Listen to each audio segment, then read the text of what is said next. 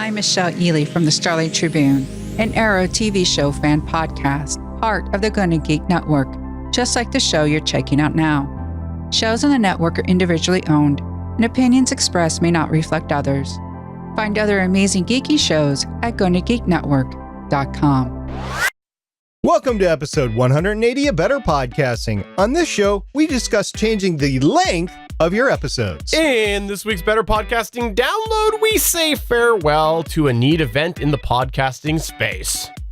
And finally, in this week's Better Podback, we run down some feedback from our Discord server, including an ethical question about some Gosu podcasts. Lauren, start the show now. I'd never want to hear SP do his ghost impression again.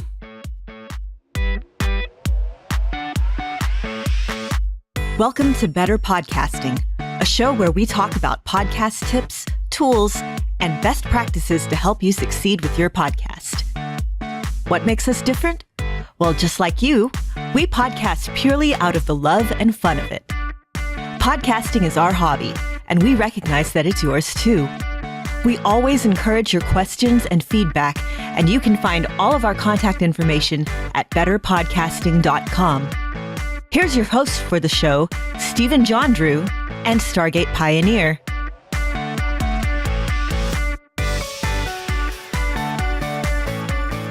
You've reached episode 180 of Better Podcasting. I am Stephen John Drew, and I am pleased to say that SP is here again to once again keep me in line. I am, and I did notice that last week you did call me SP, and we just went right over it. I just want to say thank you for calling me SP instead of Stargate Pioneer. I mean, I go by both, but why not call me SP? It's easier on you. It's more familiar for everybody else. Why not do it? You know what? 179 was the magical number. It took me 178 episodes to get there. 179 was when it finally stuck in. How much cold medicine were you on last week in order for you to forget to call me Stargate Pioneer? A lot less than I'm on right now, because yes, even though I am nasally voiced John Drew, I am definitely fighting a cold, so this will be a fun one today. But I enjoy podcasting when I'm sick because it just helps me grow a little bit, because I do find when you have a challenge like that, it ends up getting you to think of things a little bit different. And even though you might be like, hey, I'm sick right now, I can push through this, or how can I push through this? And it just makes you think a little bit about all of the inner workings of your podcast and helps you grow. And that's why we always start off this show with what we call a How I Saved My Podcast story. That's right. That's the moment where we do turn to you, the listener or the viewer, and say, hey, what went wrong with your show? And how did you go about saving your podcast and making it better? But when we don't have you sending us a clip, basically when you, the listener and viewer, fail on us, we end up, by the way, that was guilt right there. We end up digging into the ether, the internet ether, and finding a story that we think kind of goes along those lines, and we call it a How I Could Have Saved My Podcast story. So again, we can get you thinking a little bit about your show, and if something went wrong with your show, how would you fix it? Stargate Pioneer, what have you dug out this week? I dug up another Reddit post. This is a How I Could Have Saved My Podcast story, and the title of this post was Advice Needed, Stopping for the Summer? ? And it was posted by Mortarboard Podcast. It's all one word, no spaces. Mortar, Mortar, Board Podcast. And board is like the board game board, not board like BORED. So it's board as in like review board or something like that. Anyway, Mortarboard Podcast posted this, quote, looking for some collective wisdom from the group. Should an academic podcast pause for the summer? We're finishing our first season and definitely have an increasing number of listeners. Our podcast currently publishes about every 2 weeks, and the intended audience is academic instructors who, although they typically don't have the summer off like faculty, typically take vacations and such during the summer. Those same vacations make guests less available and us less available. We assume there are downsides to a summer hiatus. We're just trying to get a sense of how big those downsides are. What say ye? Thanks, unquote. There was some great advice given on this post, and I just want to give kudos to a couple people. So Smile Syndicate LIZ said, I think it's LIZ, I don't think it's L1Z, but Smile Syndicate said, building a buffer of episodes that can be pre-posted if needed And if you can avoid taking a break and keep some listener engagement going, it'll be easier to start back up again in the fall. If you can't, you can't. It's okay. You won't lose everyone. So I think that's important. And so Motorboard Podcast said thank you for that very much. It might be the simplest solution. Thanks for the reply. There was also a reply from Quandary of Red, who said you can also include them, meaning your audience, in the process by asking them on the air what they would like to see over the summer and doing a poll on social media or having some other response mechanism for them to vote on what they think is most appropriate, unquote. Motorboard Podcast said these are terrific tips. Thank you very much. And there was some other responses, but I'm going to actually take a researched view of things right now. And if you do take a break, producing at least one promotion or promo announcing your return date would be nice. And I would definitely send that out a couple of weeks before your return.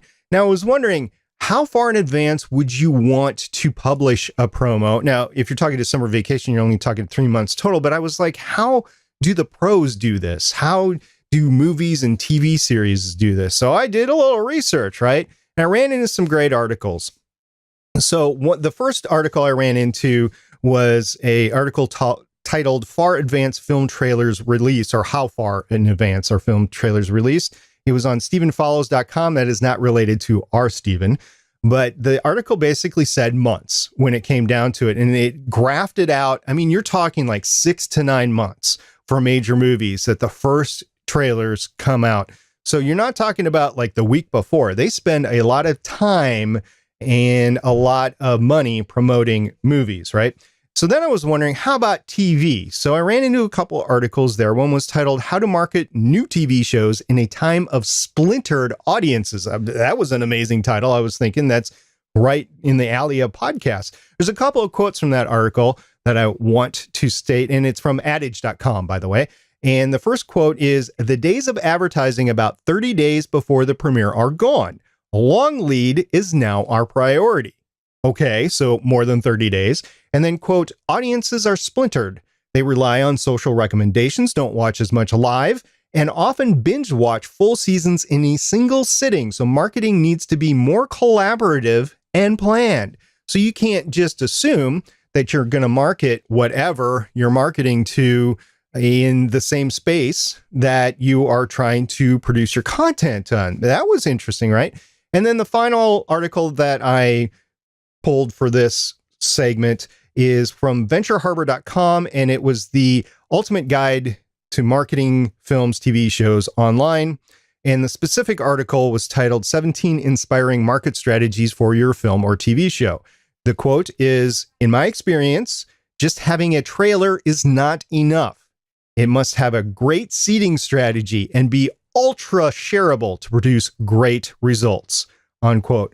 Hey, that's all pretty cool advice here. So just want to get that out there. If you're considering taking a hiatus or you're podcasting in seasons or something like that, doing a promo early and often is probably a good idea. Do you want to release a promo every week? No, but if you have a target date in mind, I would stick with it. I would say, we are going to come back on this day. We release on these days, and this is what our new season or what we're going to continue to do next year. And this is what we have done in the past. I mean, we've talked about podcast promotions before. I think you just follow those rules indeed. The other thing that I want to point out, it is not just the promo. It is not just putting something in your feed.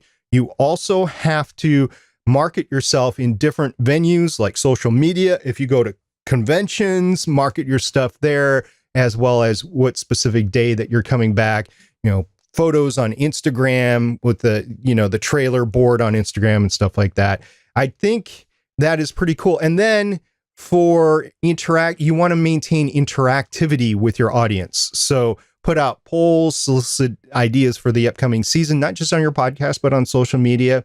And then also release, interesting topics, statements, or articles on your feeds as well, whatever social media content you're using. So yes, do that and promote your already existing content. So keep those things going in the off season. Stephen, what do you think about all that? No, I don't really have anything extra to add other than your comments there. I think that it's definitely a hard thing to try to do, but with the right dedication, it can be done. And there are podcasters who do this quite successfully. So absolutely, SP, I think you did a great job digging this up. And we'd love to know, have you ever dealt with an experience like this yourself? And if you have, please tell us what worked for you, what didn't work for you, and what exactly would you not do again? Because we always like to hear about what didn't work for you, and we can all learn together. Please send that to podcast@betterpodcasting.com or tweet us at betterpod, or head on over to our Discord server at betterpodcasting.com/discord. Let's go ahead and move into our featured segment.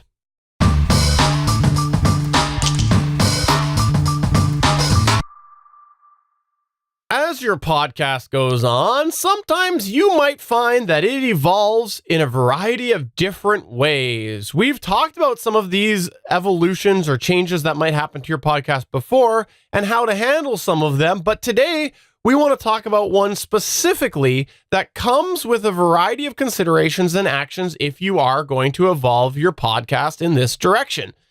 It's one that we do have some personal experience with, but we also have known some podcasters who have made some pretty drastic changes implementing this. What we're talking about today is changing the overall length of your podcast. Yes, most podcasts have sort of an average running length, and we want to talk about what happens when you change from that average running length.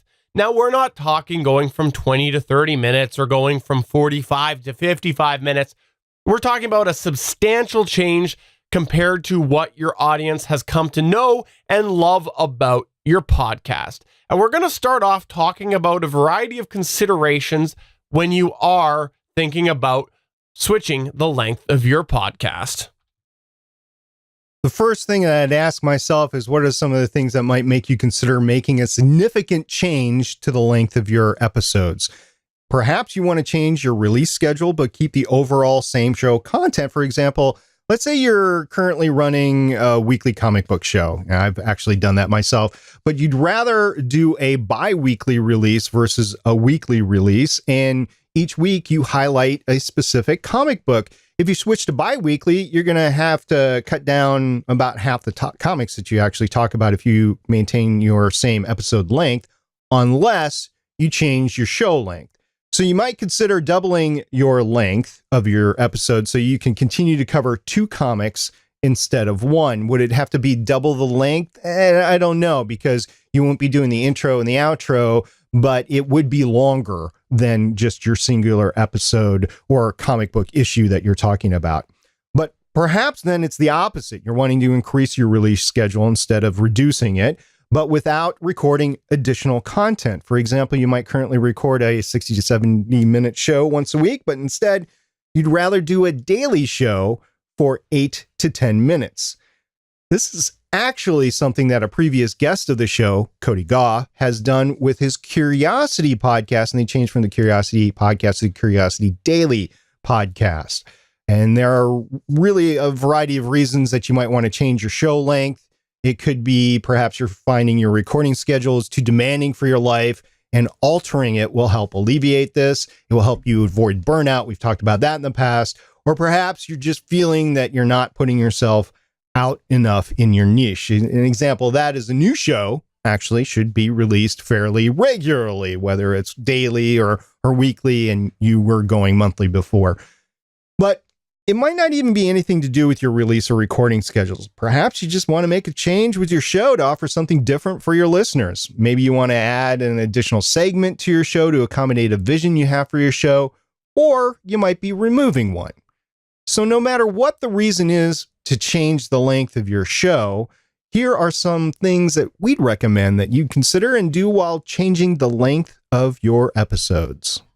The first thing that you're going to want to go ahead and actively do is consider how you're going to keep your audience interested as you undergo this change. They've come to know your current length, and as that increases or decreases, it can be really hard for people to adjust to, especially if you're making a drastic change. A good example of this is someone who listens to you one time a week. Maybe you're the one that they listen to while you mow or while they mow their lawn every week. You're the show, you're the podcast. And now you're going to go and make that shorter and release that daily. Well, that's going to maybe change the rhythm of when they can listen to you if it is going to end up being a drastic change in the length of your show. In order to combat this, perhaps you can end up rearranging some of your existing elements so that you're going to go ahead and give people a reason to keep listening, because they've probably come to know the overall format of your show. And this is especially relevant if you're going to make your show go a little bit longer. For example, let's say you want to add a new element to your show, and that's going to mean that you have to make a little bit of an increase in the length of your podcast. What you could consider doing is taking that new element and sandwiching it in between some of the other elements that they've come to love. Because if you tack it on to the end, potentially they get through the elements that they know and they love, and they go, I don't need to hear that new element. Let's go ahead and just end right there. But if you sandwich it in the middle, you might entice them to hear it, get to know it, and make it a part of their regular listening love for you, the one that's whispering those words in their ear. But if you're making the show shorter, it's important to consider that you keep offering value. With a bit of a longer show, you might be able to get a little bit more fun injected in it, and it bleeds in with the rest of the content value. However, if you do cut down your episode show length, suddenly that fun ends up sticking out more like a sore thumb because you have less meat to everything as well. A good example of this is something that Stephen often tells me about because I'm old and I go to bed early. It's the Conan O'Brien show. So Stephen, tell me about the Conan O'Brien show. Sure. So this is a really good example of some of the things that you have to consider if you're going to make your show drastically shorter. For those of you who aren't familiar, Conan O'Brien is a late night talk show host. He took over for David Letterman many, many moons ago. When David Letterman left the late night show, and Conan O'Brien has been doing late night television since. Well, Conan O'Brien has always traditionally done an hour-long program through a variety of different venues, variety of different networks, and it's been a very similar to other late night American late night shows. Well, this past year, Conan O'Brien did make the change to go from an hour format down to a 30-minute format. If you've actually watched any of these since he made the change back in, I think it was late January, you'll see that he still is adapting to the new shorter format, but you'll notice a lot of the characteristics that you knew over the past couple decades with him on his full 1 hour show gone. There's less banter between him and his host, or the band is gone because he can't really banter with them. There's less filler because ultimately he's got a precious 30 minutes. So when he does have a guest on, he's got to get into it quick, get to the meat. There's no warm up anymore with the guest. You're right into the meat of it. And it's a really good example on how making a drastic change to your length can impact what you include in your show. And it's definitely something that you want to consider if you are making your show shorter, because as SP said, those quote fun elements will stand out like a sore thumb if they take up 30% of your show now. Another thing that you'll need to address is the marketing or promotion or branding materials. For example, you're just going to have to bill yourself differently than you did before. Are you doing a 30-minute show versus a 1 hour show? Or you're doing a daily show versus weekly, monthly, whatever, etc. So there are different elements that you're going to have to use when you promote your show, when you do your elevator pitch, when you actually swap promos with somebody else. You're just going to have to define that differently in case that's part of how you promote your show now. Now, some of the answers to that question could lead to our next point, which is, when are you going to launch this? You're already producing a show. When are you actually going to change the length of the episodes? Is this something that you want to announce in advance? And is this something that you just want to try for a little bit too? That's okay. I mean, nobody's your boss in podcasting. You can make the episodes as long and short as you really want to, but in order to conform with audience expectations, probably want to stay consistent. There's nothing that says you can't stay consistent and try something for a couple of months. If it works, great. If it doesn't work, whatever. If you have to stick with it, you have to stick with it. Like, if you've made the change from an external point of view, like you have less time to podcasts and you've gone from a 60-minute episode to a 5-minute episode. I mean, that's just how things go. Now, depending on how drastic of a change, it might affect how much notice you give your listeners. Something like simply adding a segment can probably go live when you're ready with a little lead up. But if it's a major change, you might want to use that lead up as a promo. Like, we're changing the way we do things in a couple of weeks, especially if you have a large audience or a committed audience. You don't want to catch them by surprise. You might just want to say, hey, we're experimenting a little bit with our format. We have something different coming at you at the end of the month or something like that. So you also want to consider the pros and the cons of production element changes to the episodes themselves. And I've broken it down into some subsets so we could talk about the production elements themselves. The first one we're going to talk about is the theme music. Do you want to keep it to signify the same branding as you did before? And I believe Cody Goff did that with the Curiosity podcast. Or do you want to change it to signify a completely differently paced show? I mean, there's two options there that you could use, or you could actually get rid of it because you don't have time for it, or you could add some in because you actually have time for it now as well. Another element in the production side of things that we're going to talk about is artwork. Now, if you consider this episode length change as a rebranding opportunity, do you want to take this opportunity to update your artwork? Now, if you take a look at TV shows, let's just do that. And let's look at the different cover art for each season. I mean, just go into Hulu or Netflix or Amazon Prime or wherever you consume your TV shows that have different seasons and look at what we're referring to. Now, by changing your cover art, it is definitely a visual cue to your listener in their podcast app of choice that this episode is different than what they've listened to before, and your show will continually be different. But you'll definitely want to keep some similar elements. I'm going to take something for an example just because I know it, because I podcast about it. The Agents of S.H.I.E.L.D. show. It's actually going to come back for its 6th season 2 days after we record this episode, after a whole year off, 52 weeks off, and it's coming back.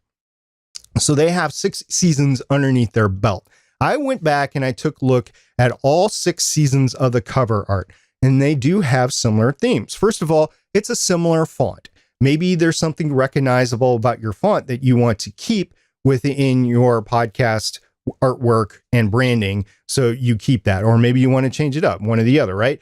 In the Agents of S.H.I.E.L.D. logos, they have the ABC logos, they have the Marvel logos, and in each one, all of the agents, all of the main cast characters are actually depicted. Most of the time, it's their face. In season 2, it's their bodies. So you see that in every season, all 6 of them. There are some differences. Now, on the 5th season of Agents of S.H.I.E.L.D., the S.H.I.E.L.D. logo is actually missing, so you don't see that. But in all the other 5 seasons that are out there, including season 6, there is a S.H.I.E.L.D. logo in the actual season art. The color tones have changed in each season. Every single one of them is different. Now, there might be ones that are similar in color, but some are lighter, some are darker, some are redder, some are grayer. You just have to take a look at them. So everyone is different. It signifies a change and it sets the tone for the season. And of course, you have minor cast changes noted because you have a change up in the main cast and they're all depicted in the logo. So there's some differences and similarities in the logo. You can do the same thing with your podcast. If you're changing it to a shorter episode, to a longer episode, you might want to make some changes just to signify that this is a different episode. At the risk of sounding like I'm writing Conan O'Brien a love letter, which, let's be honest, I kind of am, a good example of this was definitely when Conan O'Brien switched to a 30-minute format, because he and his production team really did make a full-on change to a whole bunch of different elements.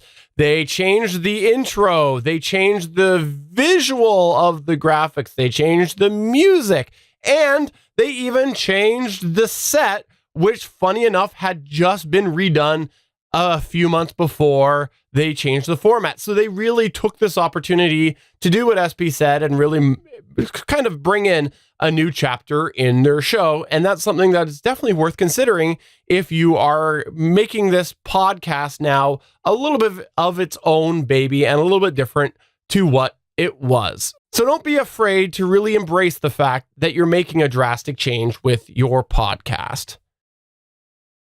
Another production element that you can change of your episode in totality is the production quality, right?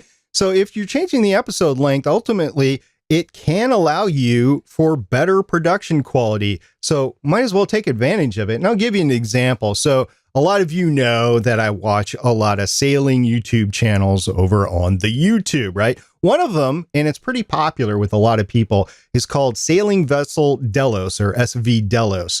And the YouTube channel recently stated that due to life changes, they may or may not be able to produce weekly based on the quality expectations they have set for themselves. I have learned over the years on how to actually film, filmography, edit, and produce actual quality productions.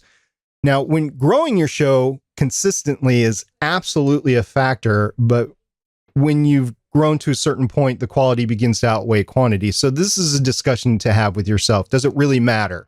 Should I be consistent, or should I take more time to do better show quality?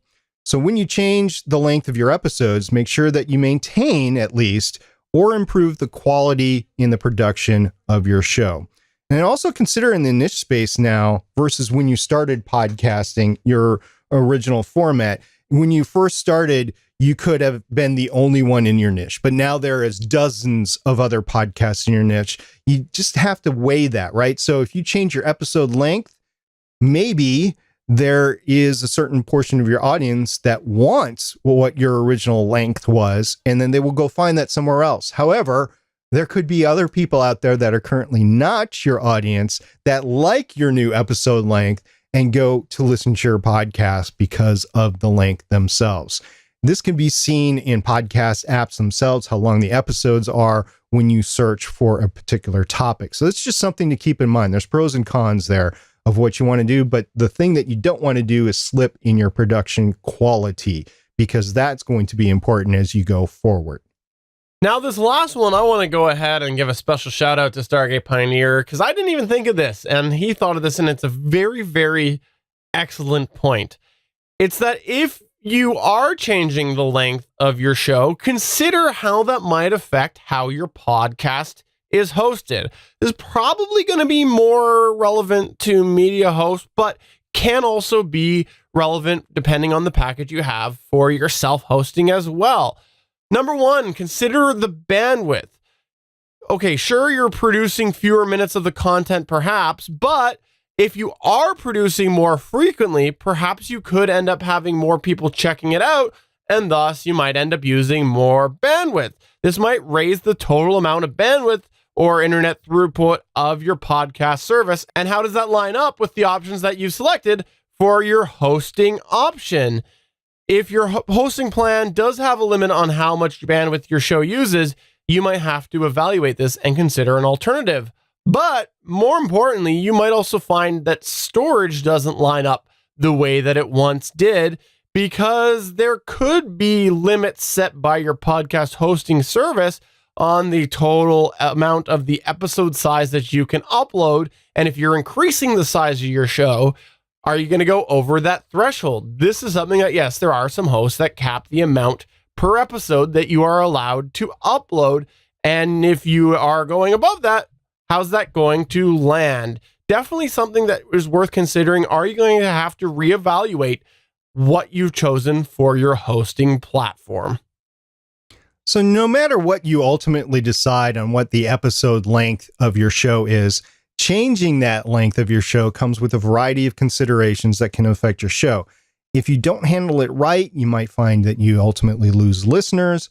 But if you think things through in advance, and you might find it actually helps your show trend in a positive direction.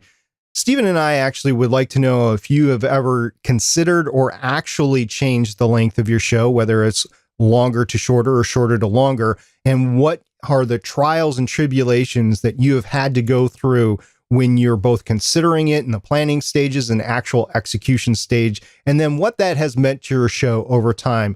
So please get in touch with us. We'd love to talk about it, even behind the scenes. If you don't want to release how well you did it or how poorly you did or whatever, that's fine. But we would love to learn about how that change has affected your show, yourself, your hosting, and everything else. Please get in touch with us at all the ways. An email, podcast@betterpodcasting.com. On Twitter, it's podcast, or @betterpod, excuse me. And We can also talk behind the scenes or even in our podcast Discord server at gonnageek.com/Discord. All right, let's say farewell. Welcome to this week's Better Podcasting Download.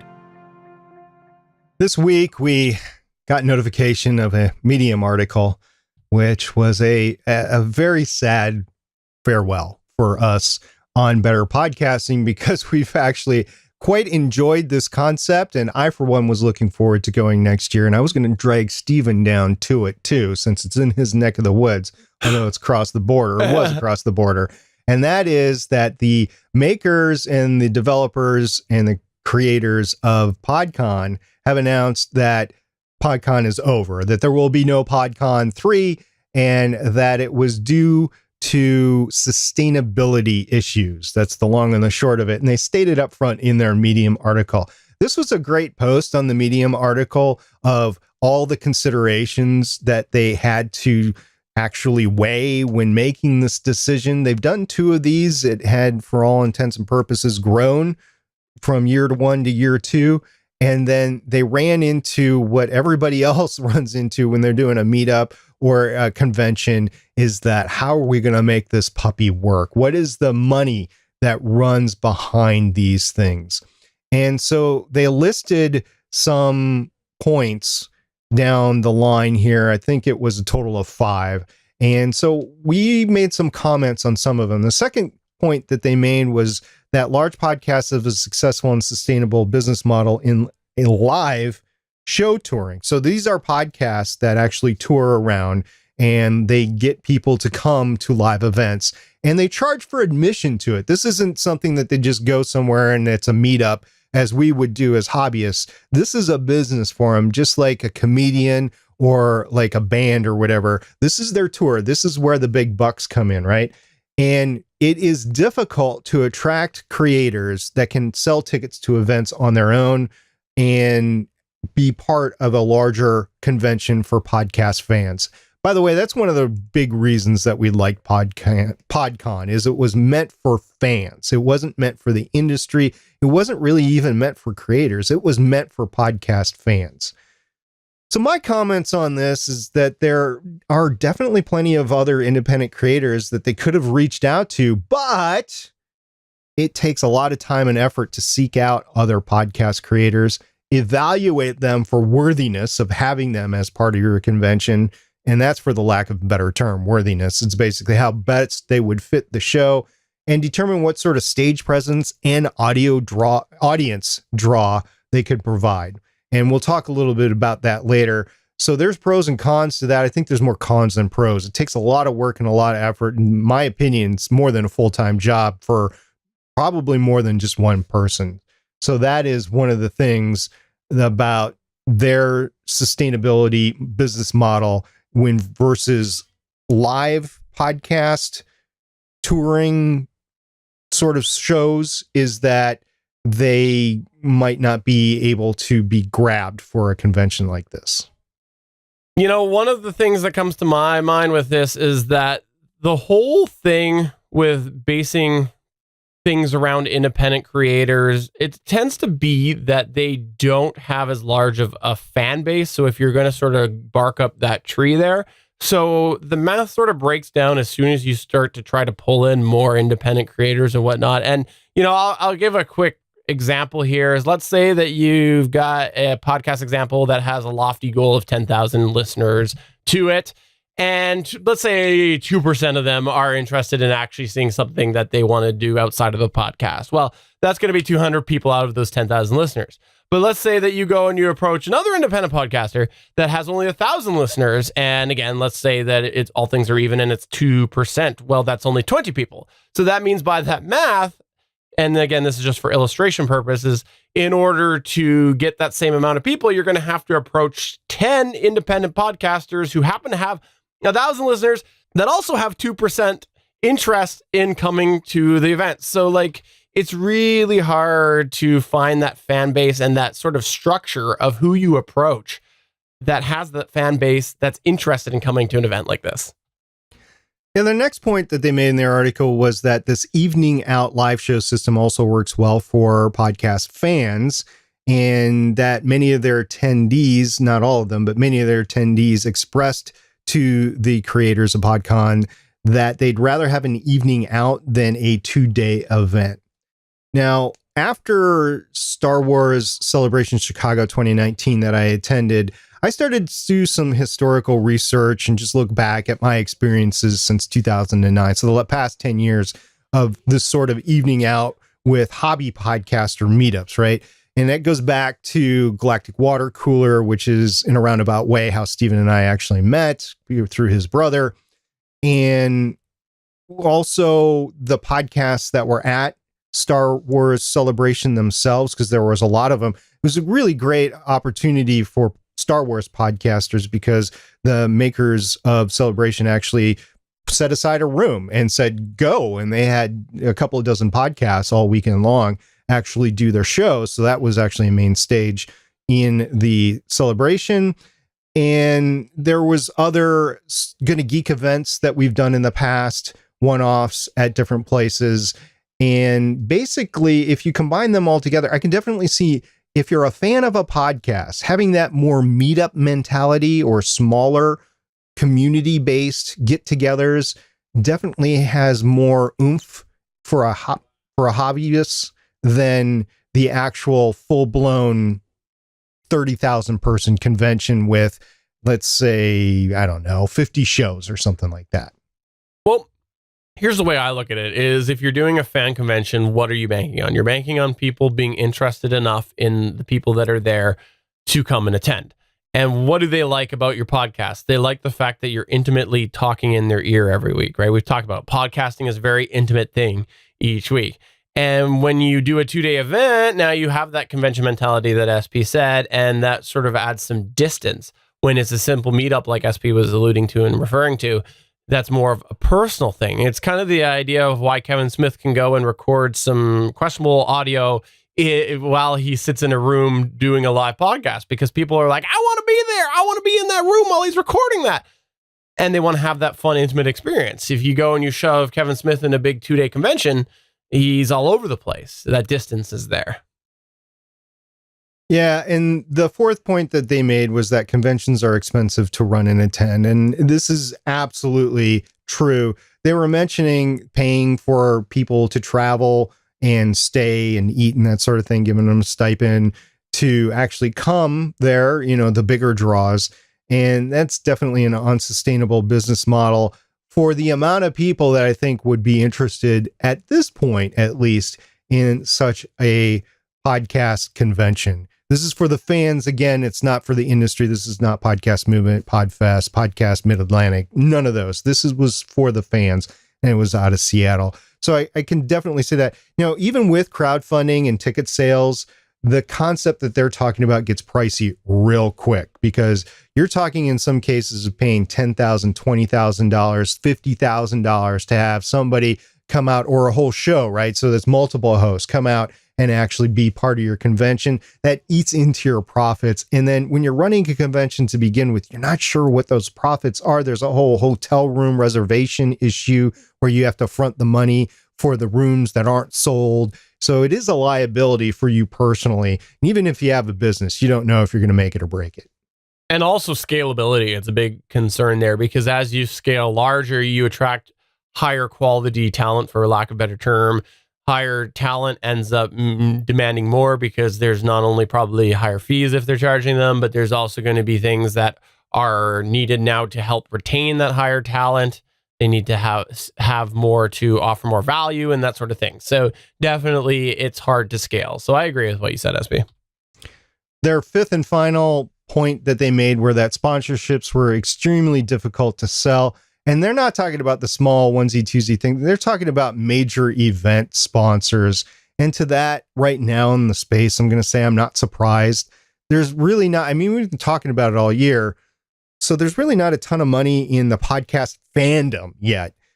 Whereas podcast specific events, talking about the infrastructure behind podcasting, the services behind podcasting. So events like Podcast Movement or Podfest, there is a lot of money in the podcasting infrastructure and the service industries that could actually come in and sponsor those sorts of events.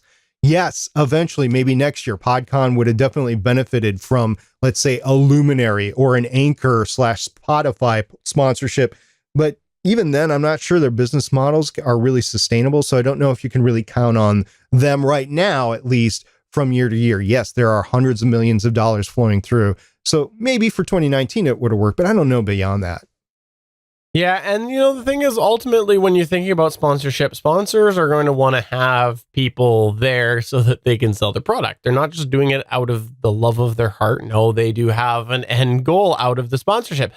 And when you consider this, you have to consider, like, who are the people coming to these conventions? There are definitely places for fan conventions where they can go and they can market, the sponsors can market to those bases. But when you have a bunch of podcasters in one place that have built this intimate audience with their specific fan group, and you're bringing all of these people together, you're probably naturally going to have some niche pockets and things like that. And it becomes harder, in my opinion, it becomes harder for those sponsors to invade those niche pockets because people are coming because they love your podcast. Yes, there might be a few people that they like there, but they're probably coming for a specific person or people. And so those sponsors, they're going, okay, well, is my return on investment there? I don't know. If they're just coming to shake hands with the podcaster and they're not paying attention to any of the surroundings, yeah, they're probably not interested in sponsoring that. They end the article by basically saying, thank you very much. We appreciate everybody that came by and that we hope that somebody in the future can actually make a run at this. And to that, I'm just going to add that this has happened before. I believe it was New Media Expo. I think that's what it was. It was out in Vegas every year. Had a podcasting arm to it, or maybe that was the name of the podcasting conference. I can't really remember off the top of my head, but Podcast Movement basically took up that mantle. It was an entirely different conference. It was a different business that was stood up specifically for that. They had their first one in Dallas, and I think that was the same year that New Media Expo had their last one. Anyway, they took up the mantle and they quote unquote did it right or made it sustainable, at least for how the podcast industry is right now. And to that, I say maybe somebody could rise out of the ashes of what was PodCon and do it right for the podcasting fandom instead of the podcasting industry like Podcast Movement did. I agree. Podcasting, it's continuing to grow. And if there is going to be adoption of this, then I think it's going to come as we find, unfortunately, as we find that it gets a little less personal, because of the fact that if you have such a personal interaction with podcasters and their listeners right now, again, you are creating those silos almost. And so if you do expand that a little bit, then there is more of the group power. I personally don't want to see podcasting go that way myself. I like the personal connection. However, I do think that there's a lot of silos between the different podcast communities right now, and it makes it hard to have a central fan event like this. I hope someone can make it work, though. I really, really was happy to see this. And yeah, SP is right. I was definitely considering going to number 3. So what's your thoughts on this? Let us know through any of the ways. We hope that this helped work you through that a little bit. We know your heart was broken. We've talked about this convention on this very show, and we'd love to know what your thoughts were on this. And go ahead and let us know so that we can talk about it in a future edition of the Better Podback.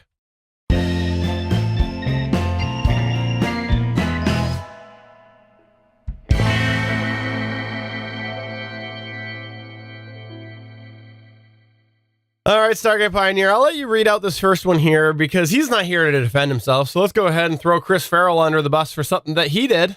Chris Farrell was totally responsible for this. What was this Discord post that we got over at betterpodcasting.com/Discord? So Mim Kinetic went ahead and he posted this in our Discord server. He said, best marketing I've seen all day. And I would argue that it's the best marketing of the year. It was a live stream titled, quote, ignore this, unquote. Needless to say, I could not, in fact, ignore it.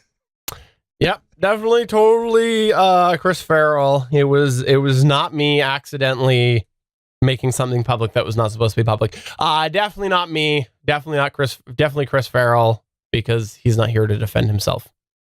It was me. Okay, so I'll give you the story on this. What it was I was playing around.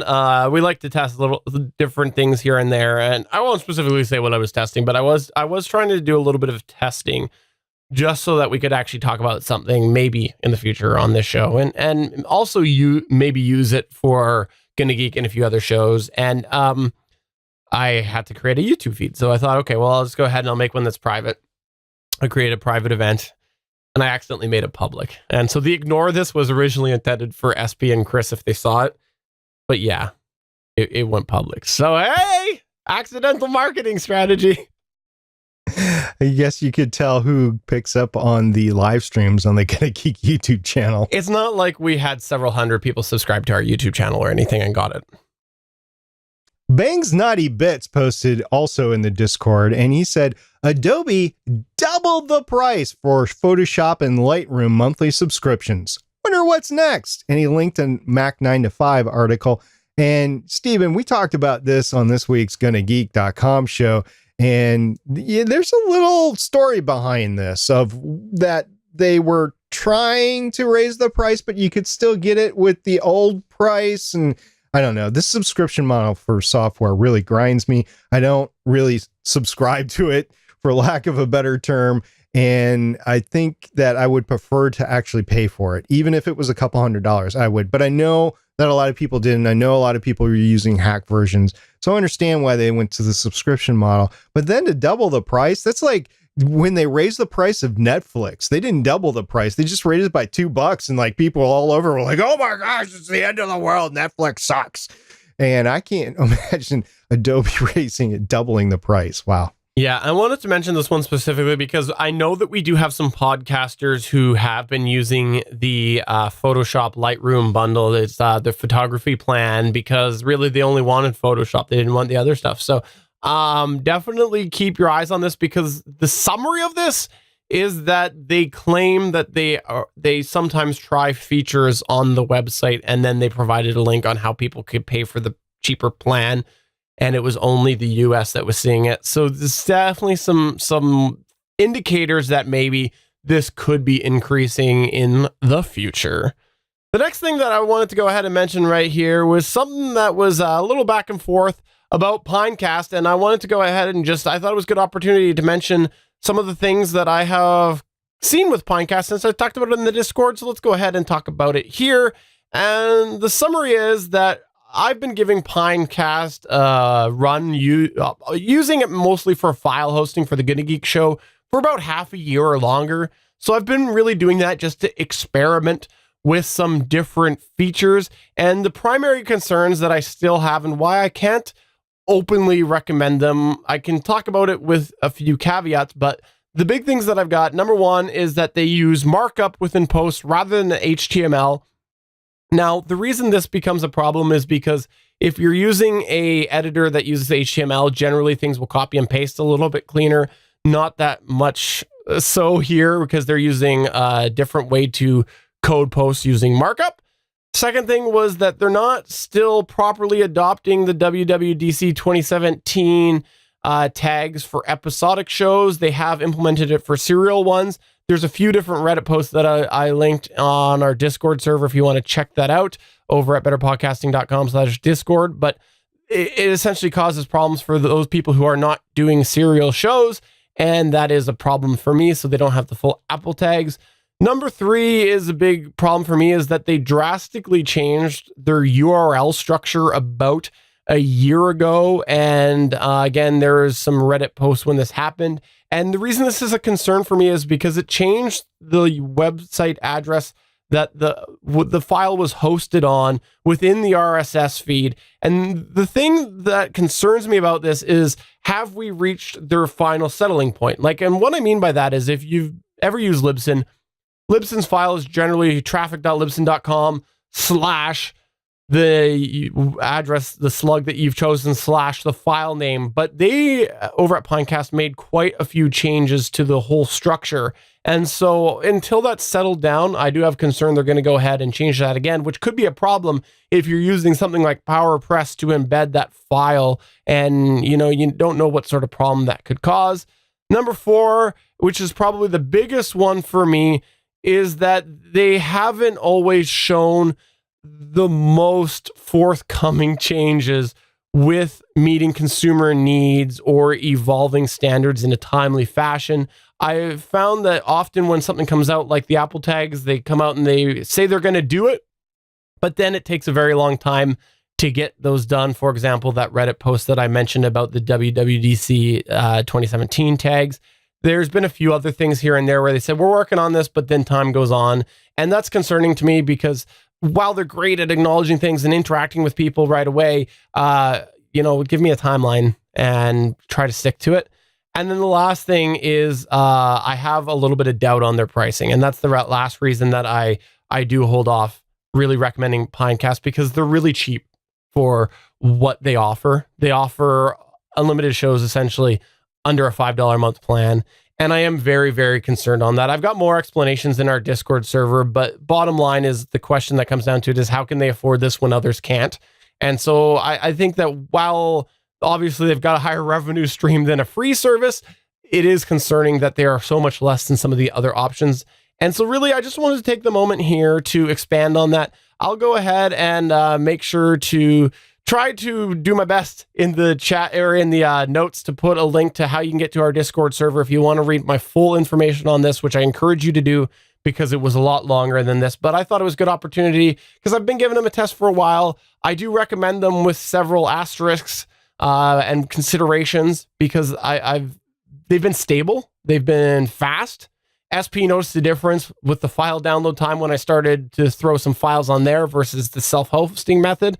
Their stats seem decent enough, but yes, there are some concerns that I do have at this time. And I want to make it clear, I still self-host my RSS feed. Most of the GonnaGeek.com show back catalog is still self-file hosted. This has just been a long-term test that I'll probably continue to run for a while just because Pinecast is one of the two that SP and I have been having our eyes on for last year.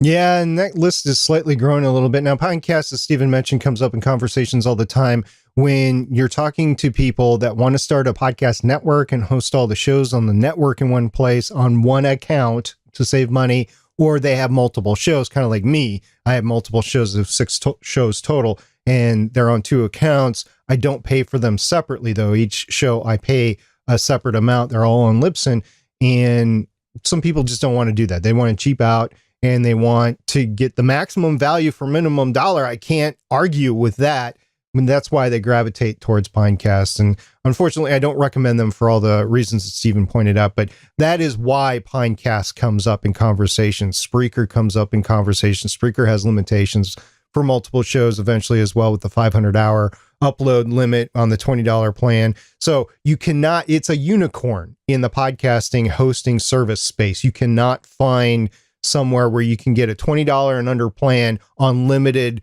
RSS feeds and unlimited uploads. Basically, you just can't find that anywhere. And there are reasons why, because you have to maintain that price model. But that is why the Pinecast discussion came up, and it will continue to come up as people are exploring that option. I don't blame them, because someday there's going to be an option that actually works for a lot less money than there is now, even if it's $50 a month for multiple and stats, IB compliant stats. That would be great. So we did have another Discord server note, and it refers to another past episode we did. I believe it was that same episode, actually, number 178 on Better Podcasting. And Zachary Webb said, so you traveled with the RE320 Stargate Pioneer? No, I didn't. Okay, so in the past 2 episodes, I've used 2 microphones on each episode. Number 178, I used the RE320 and the BP40. And then 179, I used the AT2005 and the Samsung Q2U. And the only reason that this happened back to back is I happened to be traveling that next week. But I did use 2 microphones. And yes, I would love to travel with the RE320, Zach, but it's just not going to happen because it's a lot of equipment that you have to bring with it to make sure that you drive it correctly and everything. And be honest, I need to use better microphone etiquette when I'm on the road, and I need to remember that.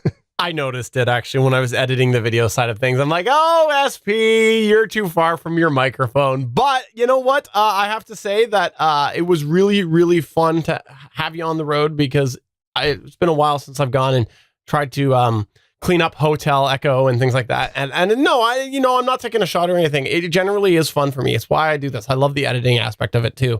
So definitely it was a lot of fun.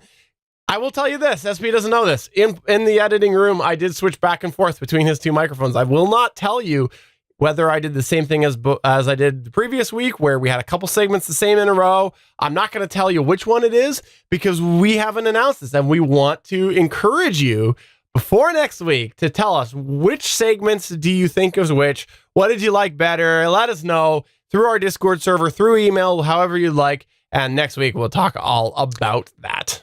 Steven has not told me which microphone was used in each segment, but I could tell a difference in the car as I'm listening to this. So I know you'll be able to tell a difference between which microphone. So let's just see who gets it right and who gets it wrong. And before we get to our final piece of feedback here, we had an interesting question come from Bangs Naughty Bits. Yes, the wonderful Reddit moderator, Bangs Naughty Bits, who likes to hang out in our Discord. We like to have him there. Asked us this question. He said, legit question, is it ethical to use RX on Ghost Hunter Audio? RX being a editing production suite. Here's the thing is, I don't think he actually expected we would actually ask that question on here. And I think the thing that he was alluding to was because somebody had gone on Reddit and had posted some audio from their Ghost Hunter story. We'll go ahead and link that in the doc so you can find that Reddit post from Bangs Naughty Bits and you can read all about that. And we're not going to go ahead and answer that right now. No, we want to know, what is your feedback? If you have a client or something that is running a Ghost Hunter podcast and they believe that they hear something on there, is it fair game to use manipulation tools on said audio? Think about that question because I was barbecuing. I distinctly remember I was barbecuing when this came in and I was like ready to respond. And then I'm like, wait a minute, step back a second, think a little bit more about this. And yeah, I think it's a fun question to think about. So let us know what you think about that. Is it ethical to use RX on Ghost Hunter Audio? And again, we'll make sure that that link is available at betterpodcasting.com/180. SP, why don't you read out our final series of feedback that we had going on in the Discord channel?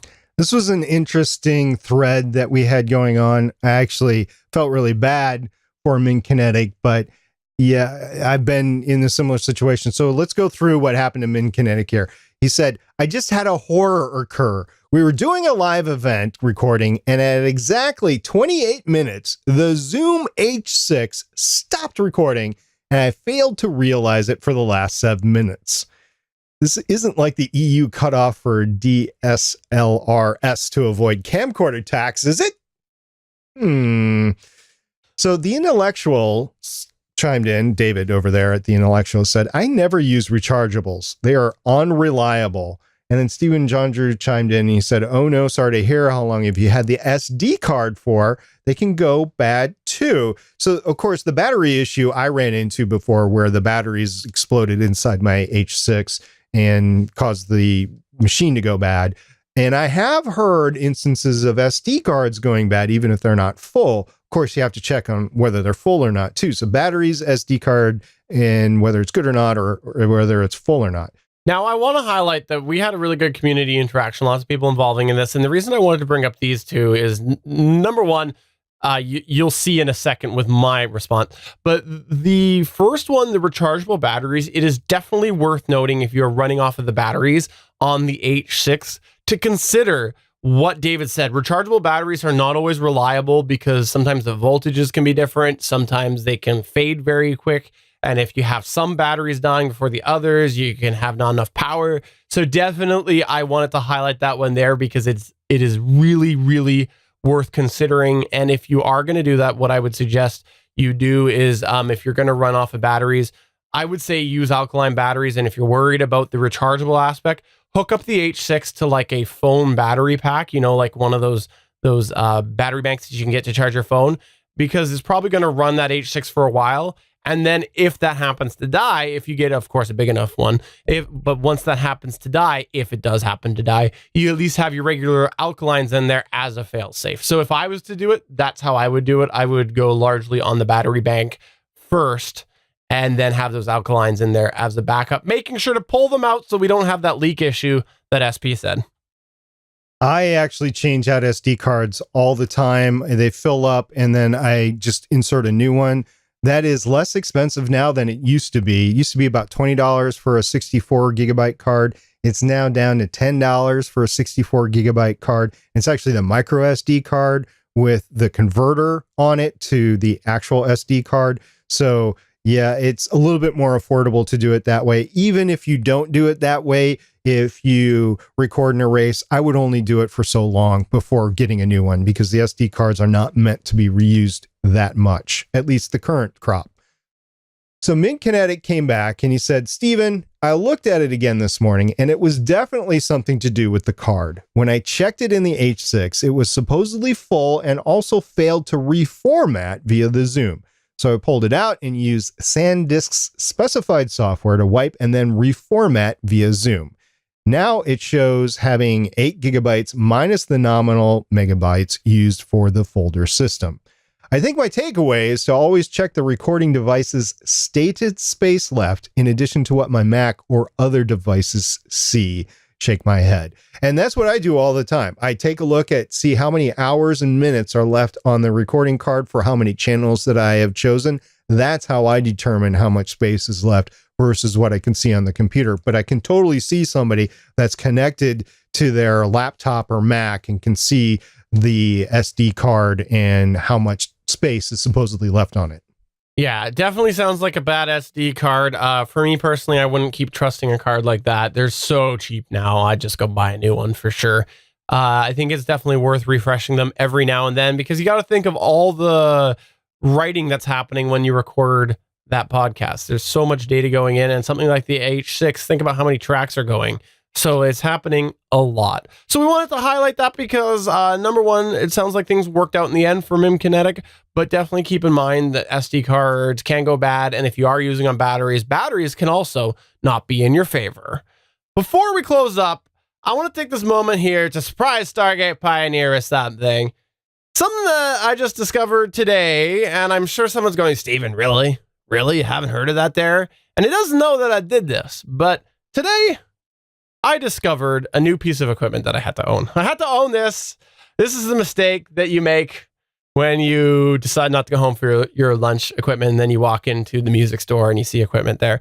For a long time, Stargate Pioneer and I have both used headphone amplifiers made by Behringer, the HA400. They've been overall pretty good to us, but they've really been the only key option in that price point. Well, today I found that there is another alternative that I will be trying out and considering, and so I wanted to mention it.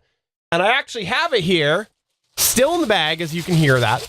I'll go ahead and hide the company logo of where I bought it from, just so that the video viewers, I'm not going to give away too much free advertisement. I'm already about to give a product free advertisement. It is none other than a Mackie product. It is an HM4 4-channel headphone amplifier. Now, I had not seen this before, and I don't know that SP had, and I had talked about it in the past, and I want to give it a try because the price point up here in Canada was $34, and right now the Behringer one is listed at $39. So they're actually more or less the same price. The deal I got, $5 less than most retailers are selling them for. So I paid less, but really they're going about even up here in Canada. I know it's a little different in the States. There's about a $15 difference with the States, but I want to see how this fares because overall the Behringer HA400 has been fairly good for me. But I want to see, is it clear? How does it stack up? What has Mackie done? Has Mackie continued to put out a Mackie quality product? So I'm going to give it a try, and I definitely have to buy it. And I look forward to coming back to this in the future. And I just wanted to mention it now, because if someone's looking at a headphone amplifier, it's something that's on my radar now. And usually it's the HA400 I talk about, but maybe my recommendation will change. We'll see. It was great to actually have that conversation with Steven, and it's been a while since I've had to buy one of those, but I did have one go bad, the Behringer HA400. So I've been on the lookout for what I'd buy next, and I believe the HM4 from Mackie is what I'm going to use next in my setup if I keep the same setup. Because if I go to something like a Zoom L12, I don't know if I'll need the headphone amplifier or not. I don't know. We'll see. Anyway, Steven, it's been a great episode. I'm really interested into all the feedback that everybody might have to the points that we discuss in each segment. So please get a hold of us on our email, podcast@betterpodcasting.com. Twitter is @betterpod, and in our Discord server, it's gonnageek.com/Discord or betterpodcasting.com/Discord. Fun fact, they're both the same destination. So, for episode 180 of Better Podcasting, I'm Stephen John Drew saying I am very, very happy that this is the last podcast that I have to do until Monday. I hope that I feel better then. And I'm SP saying thanks very much for listening. We'll see you again next week. Bye. See ya.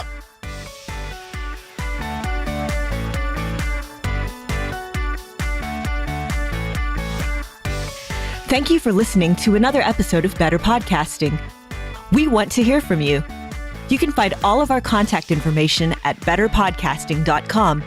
If you like the show, please consider giving us a 5-star review in iTunes. We encourage you to check out all of the other geeky podcasts available at gonnageeknetwork.com. This has been a Gonna Geek production. Thanks for listening, and we will see you again next week.